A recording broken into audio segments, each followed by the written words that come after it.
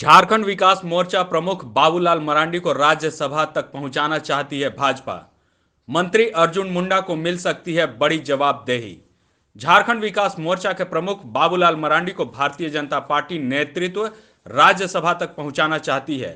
झारखंड विकास मोर्चा का भाजपा में विलय अब बहुत जल्द ही हो जाएगा। वैसे भी पार्टी अध्यक्ष के नेतृत्व पर विधायक बंधु तिर्की को झाविमो से निष्कासित कर दिया गया है। बंधु तिर्की और विधायक प्रदीप यादव ने नई दिल्ली में कांग्रेस के पूर्व अध्यक्ष राहुल गांधी के समक्ष पार्टी की सदस्यता ग्रहण की।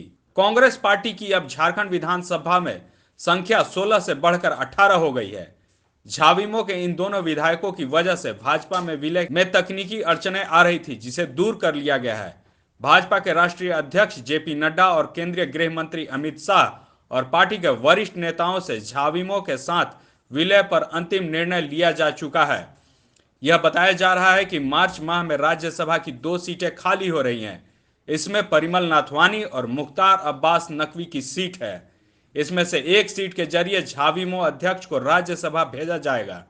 इन्हें पीएम मोदी के कैबिनेट में शामिल करने पर भी विचार किया जा रहा है। इतना ही नहीं, केंद्रीय मंत्रिमंडल में शामिल अर्जुन मुंडा का भी कद और बढ़ाए जाने पर चर्चा की जा रही है। उन्हें झारखंड में भी बड़ी जिम्मेवारी दी जाएगी। लाइव झारखंड ब्रेकिंग के लिए ब्यूरो की रिपोर्ट।